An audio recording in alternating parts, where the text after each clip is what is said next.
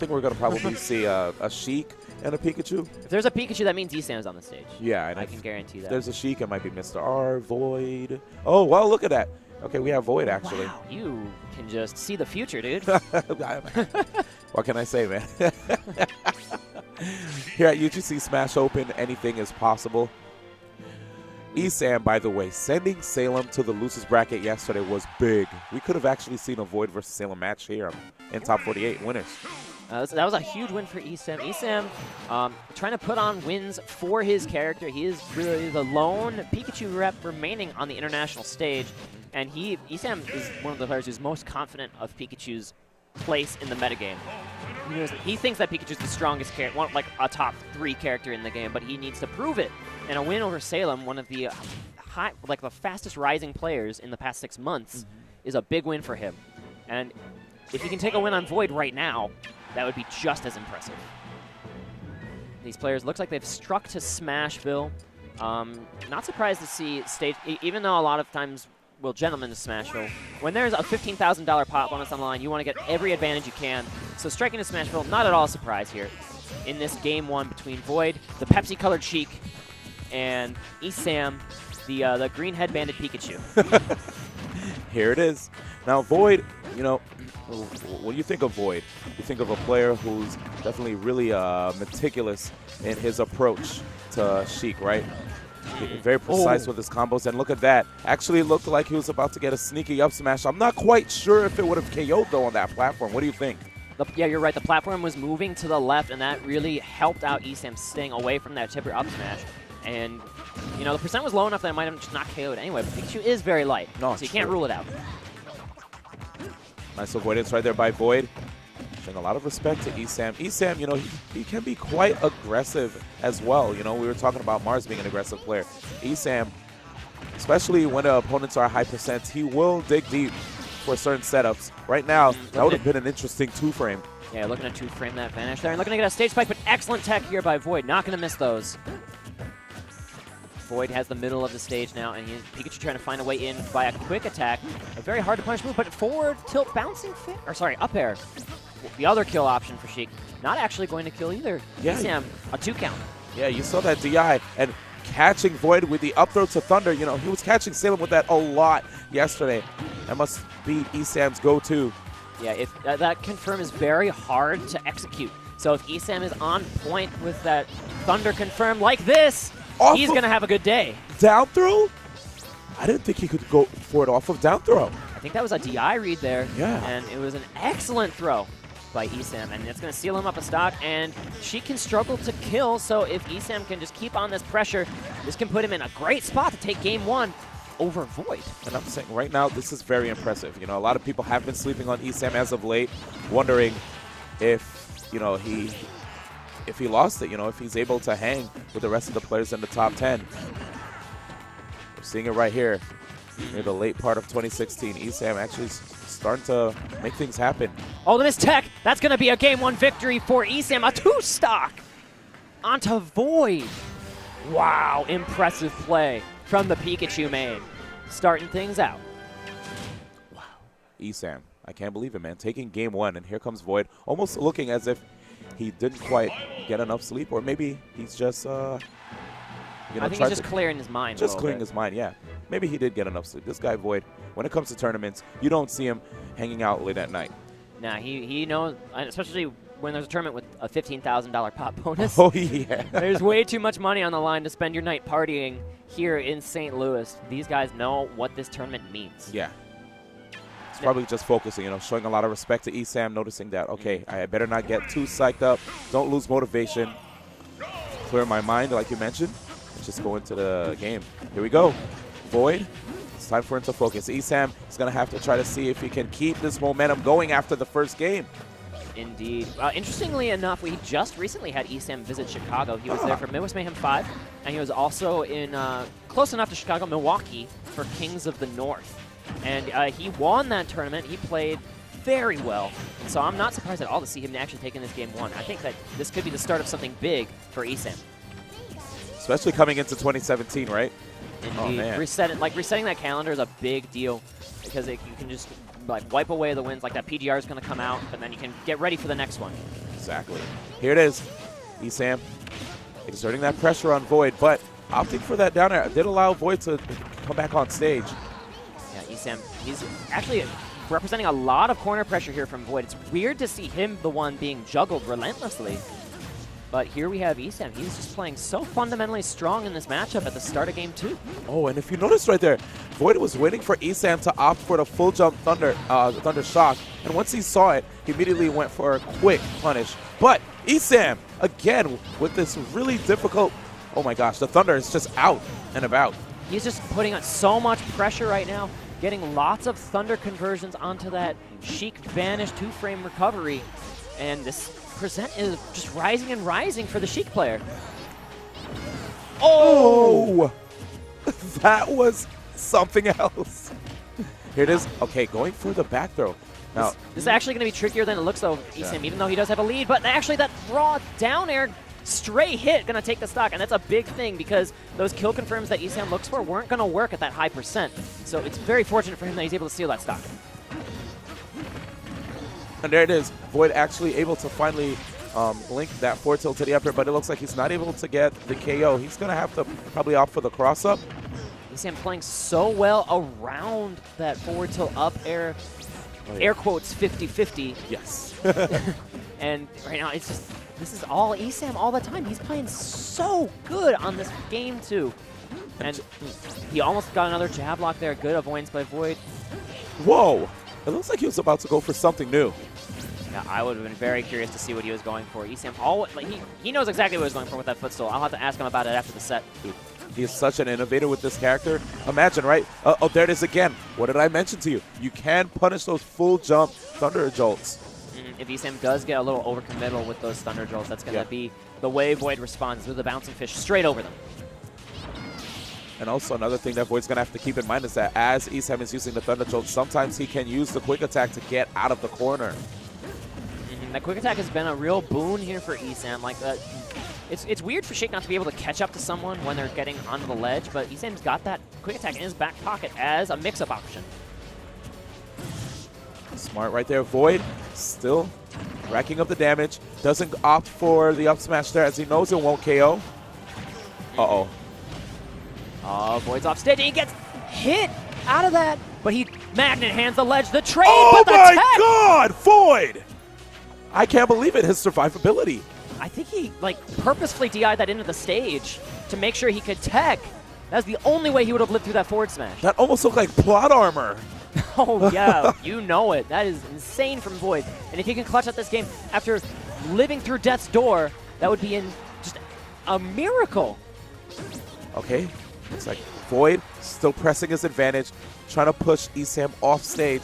Oh, okay. He needed that aerial needle to bouncing fish. Doesn't quite get it, so now he's going to have to opt for something else. He's going to get a back throw here and look to read that option. A trade. That's going to put ESAM a little bit further off stage, and there, that bouncing fish gets stuffed out by the Thunder Jolt.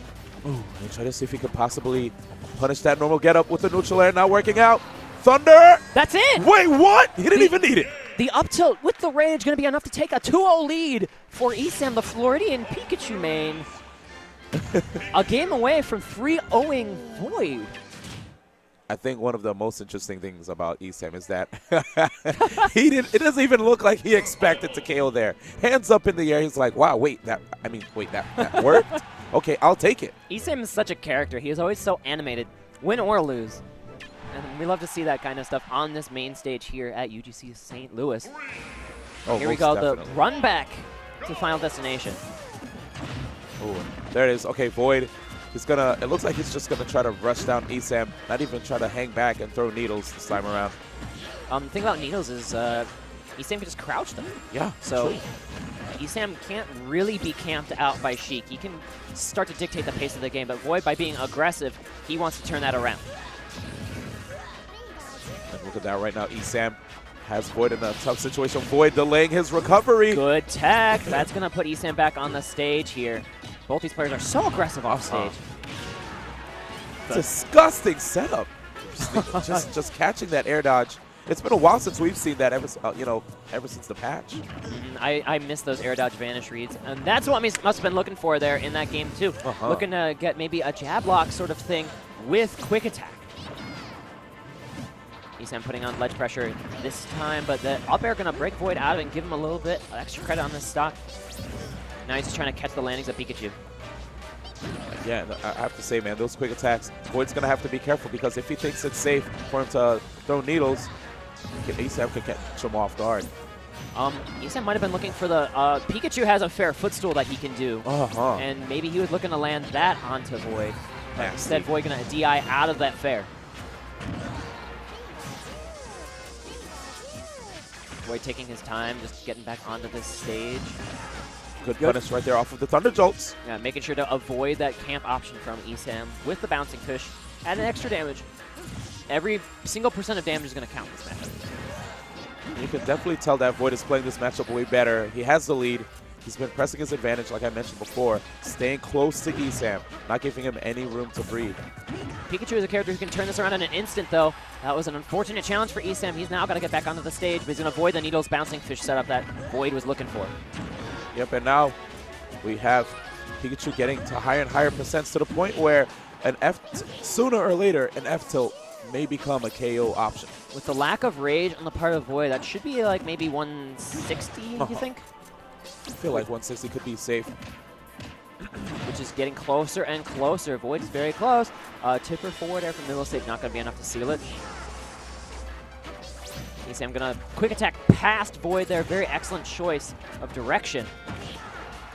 But VoiD is just, he's not going to let the stage control go. He knows how important this game is. Not going to make a single mistake. Not going to miss that tech. A missed tech actually could have represented an up smash with a lot of charge. Okay, right there, avoiding the threat. Okay, VoiD actually wanted to go for an up air from there. Upon landing? Whoa. I didn't think the hitbox actually would have touched Pikachu as Pikachu was on the ground. That was an option that VoiD picked where he just understood that the punish that he would have received if he missed was not incredibly high, but the reward was just that. He won the game. Yep. So very good analysis of risk-reward there for VoiD when choosing that option, and that's going to put him on the board. But ESAM does get to counterpick for the rest of the set. He will have stage advantage here.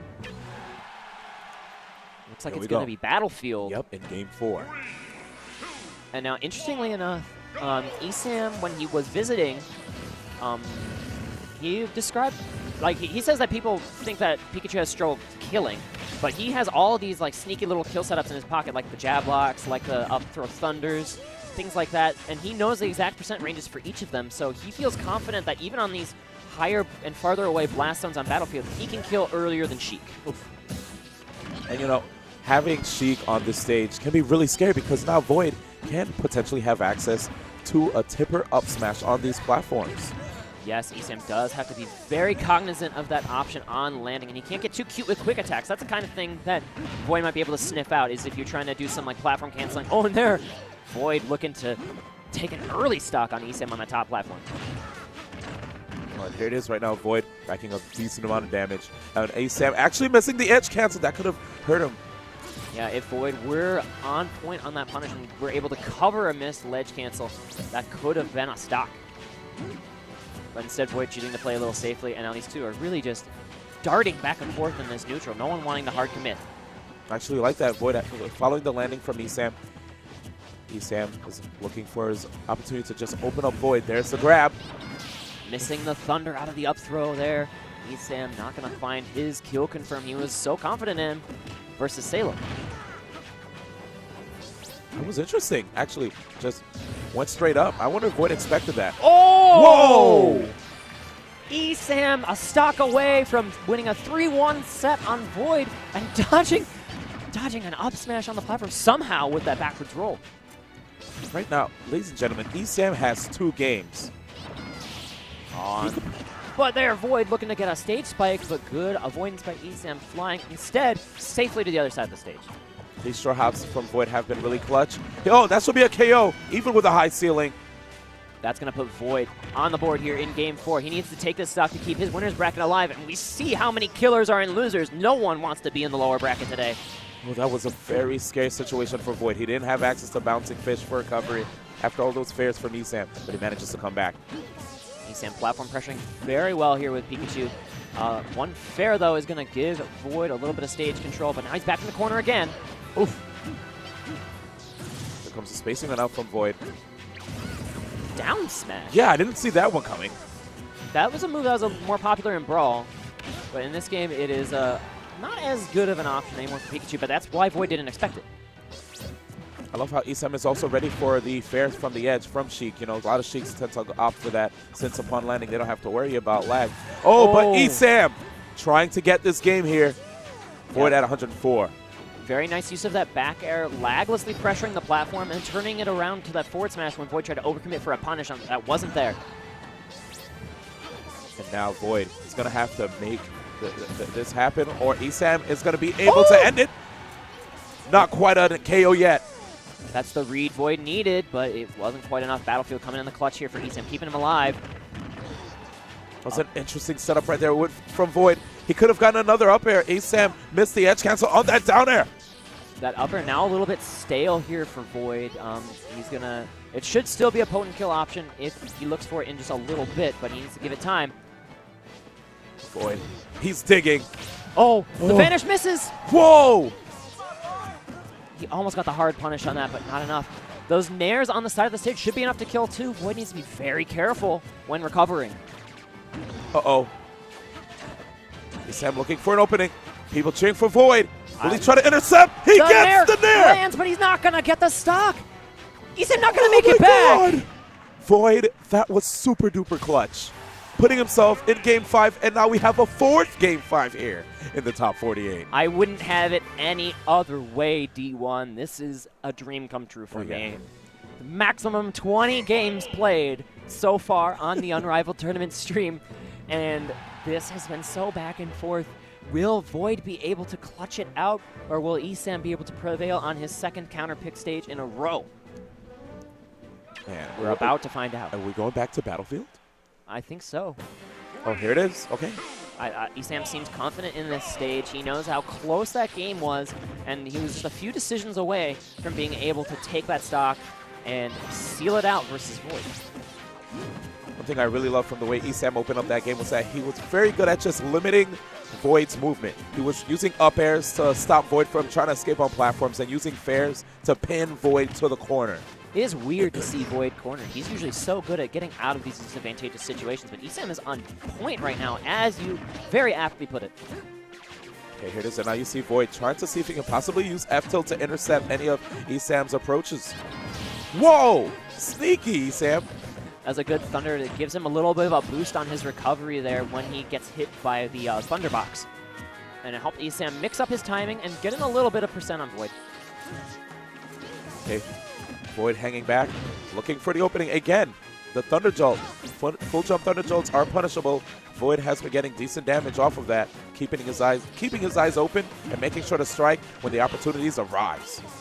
VoiD has the stage control here. Another sneaky down smash. Gonna give it to ESAM in return, though. And he's trying to hold the middle of the stage fair. Gonna give it to VoiD back, though. Oh, boy. 120%. ESAM's going to have to be wary. A setup will come soon from VoiD. Oh, wow. Oh, that's a tech! What in the world? ESAM finds the jab lock there. Very clutch. Yeah, man. Started from the down tilt, putting VoiD behind him. I can't believe it. That was very great understanding of that hitbox from ESAM. He knows all of those kill confirms, like we said, at every single percent, and it clutched it out here for him. And if he can hold this stock for a long time, he's going to be in a great position to win this game over VoiD. Uh-oh. ESAM looking like he's in VoiD's head right now. 41% on VoiD.